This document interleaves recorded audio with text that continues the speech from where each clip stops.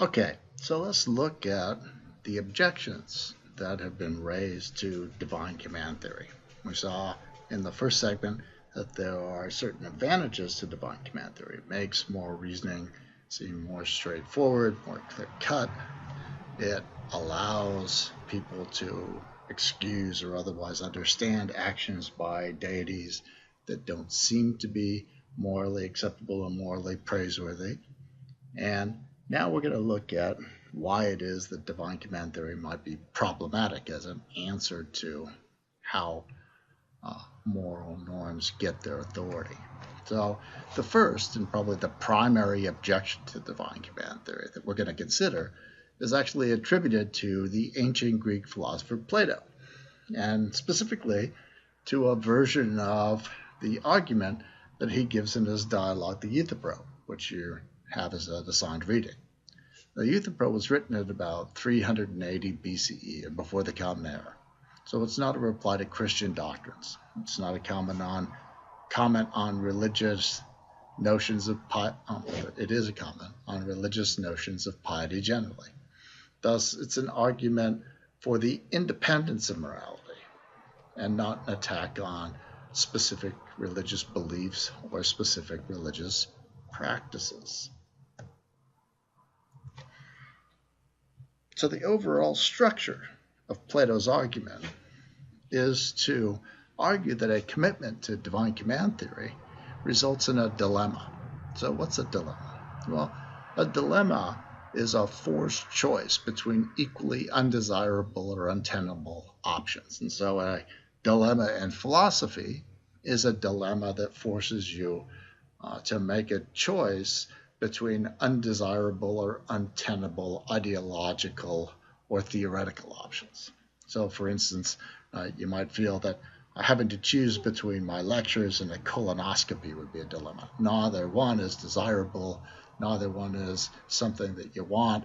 If you have to make a choice, that choice would be a dilemma. Right?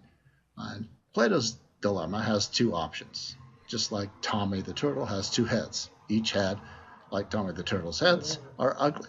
And so we want to look at the dilemma, and we want to see why it is that neither of the two options in the dilemma are desirable options.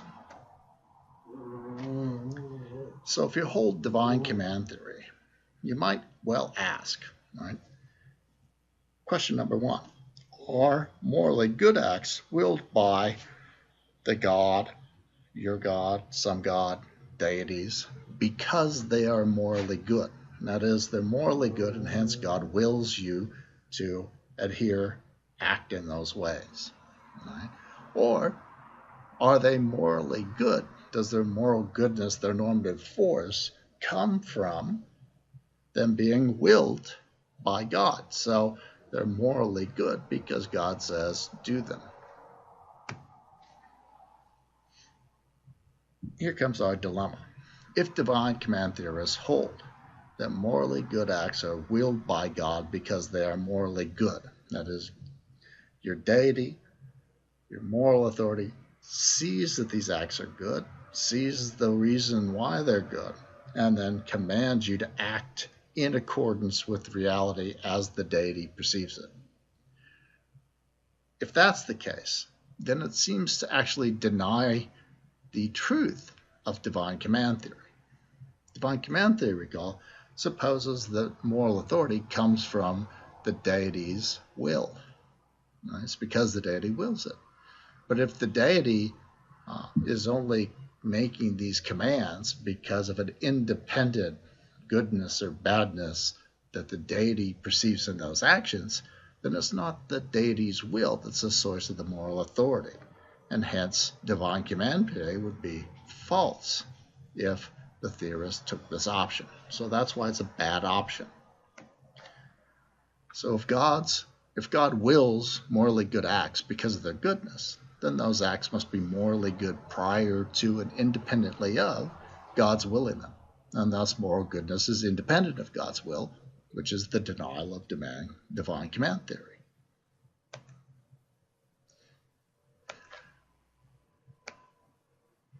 So we might think of it this way. Right? So God on this option says, I spy with my all-seeing eyes a moral act that is good. Hence I will that the act be moral. Its goodness is the cause of my willing it to be moral. The skeptic, like Plato, might say, well, God, I'm afraid I'm going to have to let you go. Research has determined that an independent standard of goodness renders your job redundant. No hard feelings. So in other words, God doesn't play a crucial role here. God is merely a reporter of an antecedent reality. God is not the source of moral authority. God is just merely a reporter of the intrinsic morality in the world. And so God might reply, like anyone would get replied if they got fired, right? Curse your soulless corporate types who put profit above decency, right? So we can see that it turns out that if something's evil on this view, it's evil independent of whether or not God commands you to do it or not do it. It's evil intrinsically. And that makes it evil whether God or anyone else recognizes it or not. And so its moral character, its properties, its ethical properties are intrinsic to it and not dependent upon God's commanding it. And that makes it a denial of divine command theory.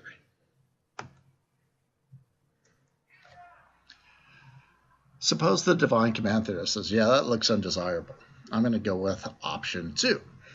The divine command theorist then asserts, look, it's God's willing something. That's what gives it its moral authority, its normative authority. It's God's willing morally good acts that makes them morally good. That seems consistent with divine command theory. Unfortunately, that option also faces some problems, according to Plato and other philosophers and theologians.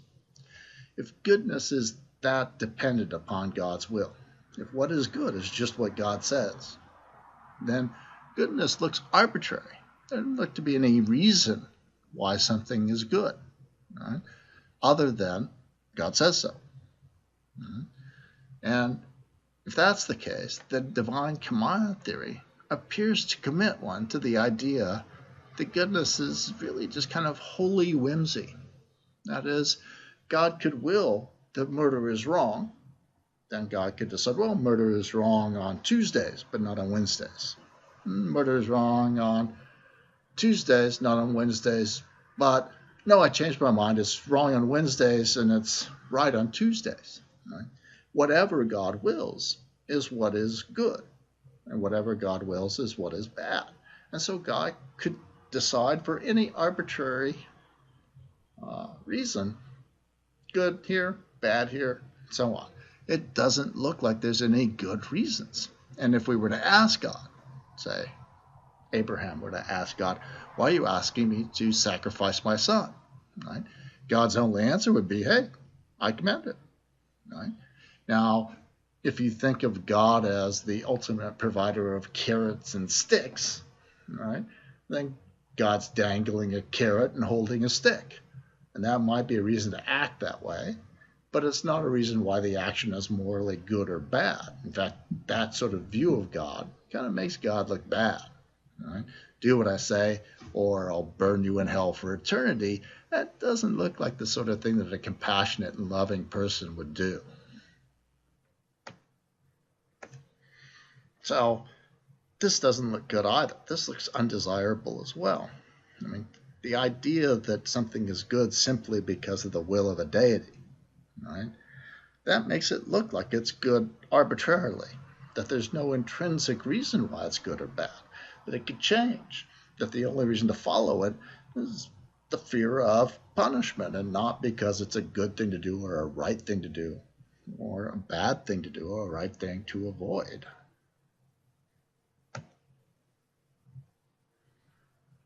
So we'll stop here. In the next segment, we'll turn our attention to what other philosophers and theologians have noticed are problems with divine command theory.